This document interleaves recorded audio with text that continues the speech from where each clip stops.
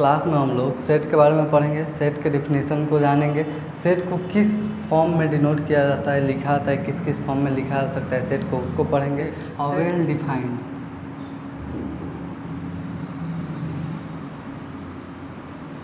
a well defined collection is called set। Well defined collection जो होता है वही क्या कहलाता है, सेट कहलाता है। एग्जाम्पल में देखिए, एग्जाम्पल में यहाँ पे ले लेंगे हम।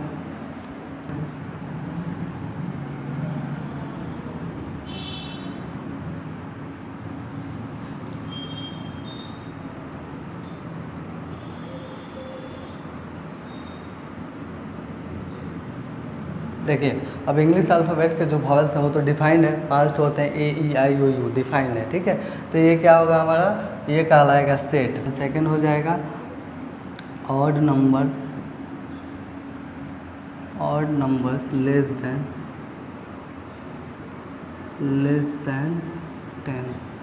10 से छोटे जो ऑड नंबर्स होते हैं उनको, ठीक है। यहाँ पे vowels of English alphabet, English alphabet के जो वॉवेल है वो हो गया। अगर यहाँ पर थर्ड नंबर कोई दे दे आपसे, पूछे कि 5 मोस्ट टैलेंटेड पोएट्स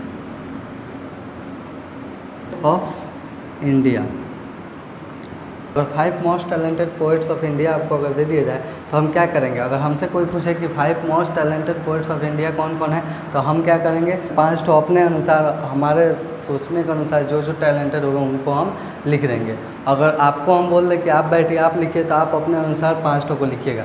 अब ज़रूरी नहीं कि जो हम 5 लिए हुए हैं मोस्ट टैलेंटेड पोएट्स वही आप लीजिएगा, ऐसा तो ज़रूरी नहीं है। आप कोई अलग भी ले सकते हैं, आपके नज़र से कोई और टैलेंटेड लग सकता है, ठीक है ना। तो दोनों सेम नहीं हो सकता है, बहुत सारे केस में ऐसा होगा कि दोनों कभी सेम नहीं होगा, यानी ये डिफाइंड नहीं है। वैसा कलेक्शन जिसको आप भी एग्जामिन करें, हम भी एग्जामिन करें, कोई भी अगर एग्जामिन करता है तो वो सेम आए, ठीक है ना। तो वही हमारा क्या होगा, वेल डिफाइंड, उसी को बोलते हैं। नहीं तो इसको हम क्या बोलेंगे, इसको हम वेल डिफाइंड कलेक्शन नहीं बोलेंगे, यानी इसको हम सेट नहीं बोलेंगे, इसको केवल हम बोलेंगे कलेक्शन। ये क्या है हमारा, केवल कलेक्शन है। फोर्थ नंबर ऐसे भी दे दे, यहाँ पे ऐसे ए लिख दे और इक्वल टू दे दे, यहाँ पे दे दे 1 2 3 4 5, ये भी हमारा क्या है, वेल डिफाइंड है। ये भी हमारा क्या कहलाएगा, सेट ही कहलाएगा, ठीक है ना। तो यहाँ पे आप लोगों को क्लियर हुआ कि सेट क्या है। सेट जो होता है वेल डिफाइंड होता है। वेल डिफाइंड करने का मतलब क्या कि कोई भी एक पर्सन बैठे अगर एग्जामिन करने के लिए सेट को, तो उसके नज़रिया से या कितना ही लोगों को बैठा दे, वो लोग अगर एग्जामिन करें तो सेम ही वैल्यू निकले, अलग अलग ना निकले, तो उसी को हम क्या बोलेंगे, सेट बोलेंगे, ठीक है ना। वही वेल डिफाइंड कलेक्शन होता है। अदरवाइज हम उसको क्या बोलेंगे, कलेक्शन बोलेंगे। जैसे ये सेट नहीं है, ये क्या है, एक सिर्फ एक कलेक्शन है, लेकिन ये सेट है हमारा, ये भी सेट है और ये भी क्या है, हमारा सेट है। तो चलिए यहाँ पे हम जो खास प्रकार के जो सेट्स होते हैं, जैसे नेचुरल नंबर के सेट हो गए या इंटीजर्स के सेट हो गए, तो उसको हम कैसे डिनोट करते हैं उसको हम लोग देखते हैं। तो यहाँ पे ये सारे हमारे हो गए सिंबल्स, ठीक है। इन सभी सिंबल्स का यूज़ करते हैं इन सभी सेट्स के लिए, ठीक है ना। जैसे देखिए n किसके लिए होता है, the set of all natural numbers के लिए n होता है। z होता है the set of all integers, इसको याद रखना बहुत ही इंपॉर्टेंट है। यहाँ पे q जो होता है the set of all rational numbers के लिए q होता है। r जो होता है वो क्या होता है, the set of real numbers के जो सेट होते हैं उनको r से डिनोट किया जाता है। और z प्लस जो होता है the set of positive integers, positive integers अगर होंगे इसमें के तो उसको z प्लस से करेंगे। रियल नंबर का r है तो सारे अगर रियल नंबर को हम प्लस पॉजिटिव रियल नंबर्स को सारे लें तो हमको r प्लस से उसको हम डिनोट करते हैं। अब देखिए किसी भी सेट को जो डिनोट करने वाला जो अल्फ़ाबेट होता है वो कैपिटल में लिखा आता है। सेट को डिनोट करने वाला अल्फ़ाबेट जो होता है कैपिटल में लिखा आता है, और सेट के अंदर के जो एलिमेंट्स होते हैं उनको स्मॉल लेटर में लिखा आता है। देखिए अगर यहाँ पे कोई सेट हम ले रहे हैं तो ए ऐसे कैपिटल लिखेंगे, ठीक है, और इसमें के जो एलिमेंट अगर अल्फ़ाबेट में ही एलिमेंट है तो उसको स्मॉल में लिखेंगे, ABCDE, समझ में आया ना। ऐसे जब दिया रहे तो इसको कैपिटल में लिखेंगे और इसका अंदर के अल्फ़ाबेट को स्मॉल में लिखेंगे। और कभी कभी क्या होगा कि कोई सेट दिया रहेगा, जैसे मैथमेटिक्स कुछ लिख कर ऐसा ही दे देगा, मैथ्स लिख कर, ठीक है ना। अब बोलेगा कि इसको आप सेट में लिखिए, तो अगर कैपिटल में दिया होगा पहले से एलिमेंट तो हम कैपिटल में लिखेंगे, इस बात का ध्यान रखिएगा। और इस सिंबल का बहुत ज़्यादा यूज है, ठीक है, इसलिए इसको जानना इंपॉर्टेंट है, तो इसलिए इसको बता रहे हैं। देखिए इस सिंबल का जो नाम होता है वो होता है एप्सिलॉन, इसको एप्सिलॉन बोलते हैं, ठीक है। और इस एप्सिलॉन का मतलब क्या होता है, तो देखिए यहाँ पे इस एप्सिलॉन का मतलब होता है बिलोंग्स टू, ठीक है ना। बिलोंग्स टू कहने का मतलब क्या है कि इस सिंबल का यूज हम करते हैं सेट से सेट के एलिमेंट को रिलेट करने के लिए। जैसे देखिए अगर ए हमको यहाँ पे सेट लिए हुए हैं, यहाँ पे 1 2 3 4 5 6 ऐसे ले लिए हैं, ठीक है। और यहाँ पे लिखा हुआ है 4। अब 4 को हमको इस सेट से रिलेट करना है, तो कैसे लिखेंगे कि जो 4 है वो इस सेट का है। तो यहाँ पे इक्वल टू देकर नहीं लिखेंगे कि 4 जो है वो इस सेट का है, उसके पास हम क्या लिखेंगे बिलोंग्स टू, यानी 4 जो है वो ए सेट में बिलोंग कर रहा है, तो 4 बिलोंग्स टू सेट ए।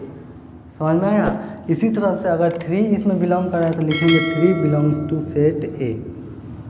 अगर इसमें 5 बिलोंग कर रहा है तो लिखेंगे 5 बिलोंग्स टू सेट ए। इसका यूज करते हैं ये बताने के लिए कि ये जो एलिमेंट है वो सेट ए का है, ठीक है ना। तो अगर n बिलोंग्स टू हम n लिखेंगे, इसका मतलब क्या, जो हम n यहाँ पे नंबर लेंगे वो सिर्फ नेचुरल नंबर लेंगे, यानी नेचुरल नंबर के सेट से हम लेंगे, ठीक है। अब देखिए अगर कोई एलिमेंट यहाँ पे है जो कि इसमें बिलोंग नहीं कर रहा है, तो उसको कैसे डिनोट करेंगे कि ये जो एलिमेंट है वो इसमें बिलोंग नहीं कर रहा है, तो यहाँ पे नॉट बिलोंग्स टू ए, 0 जैसे दे दे। अब तो 0 इसमें बिलोंग नहीं कर रहा है, तो लिखेंगे कैसे कि 0 इसमें नहीं है ए सेट में 0 नहीं है, तो 0 इज़ नॉट बिलोंग्स टू ए। इस सिंबल का मतलब क्या हुआ, नॉट बिलोंग्स टू, इसका मतलब क्या हुआ बिलोंग्स टू। अगर इसको काट दिया जाए तो not belongs to.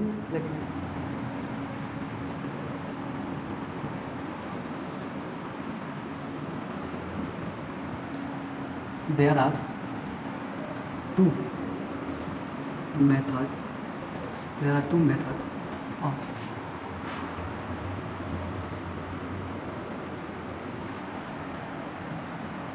representing a set. There are 2 methods of representing a set. एक सेट को रिप्रेजेंट करने के कितने मेथड होते हैं, 2। फर्स्ट क्या कौन होता है, रोस्टर फॉर्म, और इसी को हम लोग बोलते हैं टेबुलर फॉर्म, ठीक है। सेकंड जो है यहाँ पे है set builder form,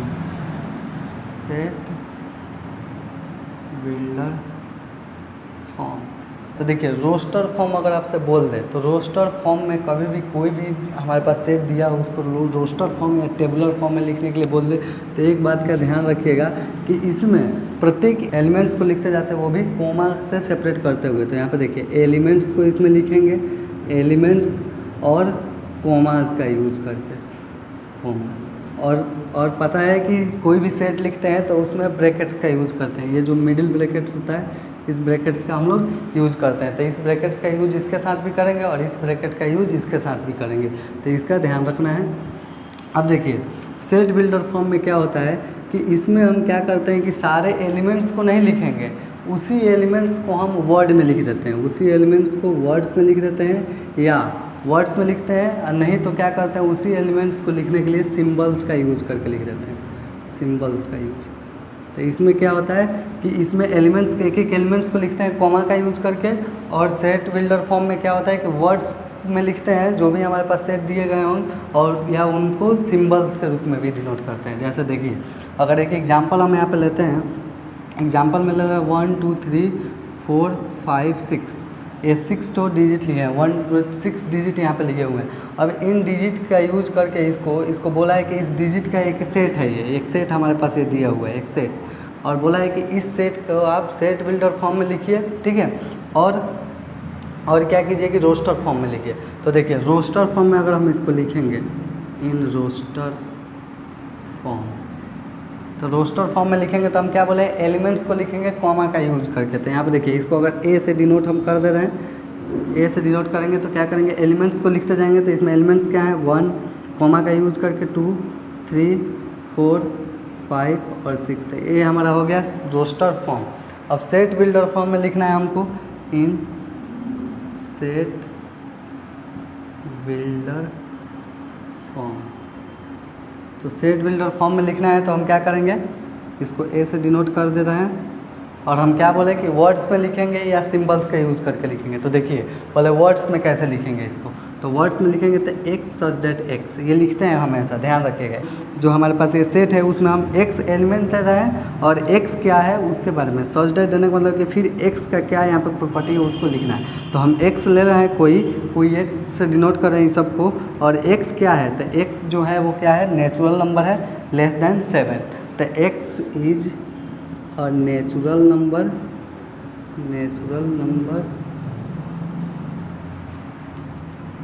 x is a natural number less than 7। अब देखिए ये तो हुआ कि यहाँ पे जो सेट दिया, ये जो हमारे पास सेट दिया हुआ है इसको रोस्टर फॉर्म में तो ऐसे कोमा का यूज़ करके लिखेंगे, सेट बिल्डर फॉर्म में बोला था ऐसे वर्ड्स का यूज़ करके लिखिए। अब सिंबल का यूज़ करके कैसे, तो इसी को मतलब आप वर्ड्स का यूज़ करके लिखिए या सिंबल का यूज़ करके लिखिए। तो और देखिए सिंबल का यूज़ इसमें कैसे करेंगे, A is equal to X such that X, X तो है लिया है कोई एलिमेंट और यही एक्स क्या है, तो ये एक नेचुरल नंबर है, क्या है, नेचुरल नंबर। तो यहाँ पे लिख देंगे बिलोंग्स टू एन, एन क्या है, अभी हम बताए थे कि एन जो है वो नेचुरल नंबर्स का सेट है, तो बिलोंग्स टू एन, ये जो एक्स है वो नेचुरल नंबर से बिलोंग करेगा। एंड और क्या होगा कि जो ये एक एक्स जो होगा, ये एक्स जो होगा वो तो नेचुरल नंबर से बिलोंग कर रहा है और ये क्या है, लेस देन 7, एक्स क्या है, लेस देन 7। या ऐसे भी कितना कर देगा लोग कि क्या करता है लोग कि x such that x is equal to n ले लिया लो कि x such that x n के इक्वल है, ठीक है ना। और एन के इक्वल है तो क्या है कि एन जो है ये बिलोंग कर रहा है किस में, नेचुरल नंबर में, एंड यही जो एन है वो क्या है, लेस देन 7 है, ऐसे, ठीक है। तो आप इस तरह से लिखिए, इस तरह से लिखिए या इस तरह से लिखिए, तीनों क्या है, सेट बिल्डर फॉर्म में लिखे गए हैं। तो इन सभी बातों का आप ध्यान रखिएगा तो आसानी से सेट बिल्डर फॉर्म और रोस्टर फॉर्म में लिख लीजिएगा। अब देखिए अगर यहाँ पे आप एक और एग्जांपल ले रहे हैं, क्या लेंगे, एक रोस्टर फॉर्म में लेंगे, उसको सेट बिल्डर में करके दिखाएंगे आप लोगों को, और एक सेट बिल्डर में लेंगे, रोस्टर में करके दिखाएंगे, ठीक है। तो देखिए मान चलिए एक रोस्टर फॉर्म में हम ऐसे ले रहे हैं एक सेट को 1 4 9 16 25 डॉट। अब देखिए इसको हमको लिखना है सेट बिल्डर फॉर्म में, तो जब इन सेट बिल्डर फॉर्म में करेंगे सेट बिल्डर फॉर्म तो क्या होगा, सेट बिल्डर फॉर्म में क्या करते हैं, वर्ड्स का यूज़ करके लिखेंगे या सिंबल का यूज़, तो सिंबल का करके हम लिख दे रहे हैं ए इज इक्वल टू। अब देखिए वर्ड्स का भी आप करके लिख सकते हैं, सिंबल का यूज़ करते हैं तो क्या लिखते हैं, एक्स सच डेट एक्स तो लिखते हैं, तो एक्स सच डेट एक्स, और एक्स को क्या करेंगे, तो एक्स को हम लिख देंगे एन स्क्वायर। क्यों, क्योंकि यहाँ पे देखिए क्या है, 1 का स्क्वायर करने पर 1 आएगा, 2 का स्क्वायर करने पर 4, 3 का 9, 4 का 16, 5 का 25, यानी ये सब क्या है, नंबर्स का स्क्वायर किया जा रहा है। और किस नंबर्स का स्क्वायर किया जा रहा है, तो नेचुरल नंबर्स का, और इन्फिनिटिव तक जा रहा है, ठीक है ना। तो यहाँ पे देखिए ये हो गया, और ये एन जो होगा वो कहाँ से बिलोंग करेगा, एन बिलोंग करेगा कहाँ से, तो एन जो होगा वो नेचुरल नंबर से बिलोंग करेगा। और आपको यहाँ पे कुछ दिख रहा है, यहाँ पे तो कोई है नहीं, यहाँ से 1 से नेचुरल नंबर से चालू है, इन्फिनिटिव तक गया है, तो अब क्या हुआ, यहीं पे हम बंद कर देंगे और कोई क्राइटेरिया नहीं देंगे। अब देखिए ये तो हमारा हो गया इन सेट बिल्डर फॉर्म। अब एक एग्जांपल लेंगे हम किस में, सेट बिल्डर फॉर्म में, और आप लोगों को किस में लिखना है, रोस्टर फॉर्म में, इस तरह से दिया हो, ठीक है। अब ये हमारे पास कंडीशन है, हमको इसको लिखना है इन रोस्टर फॉर्म,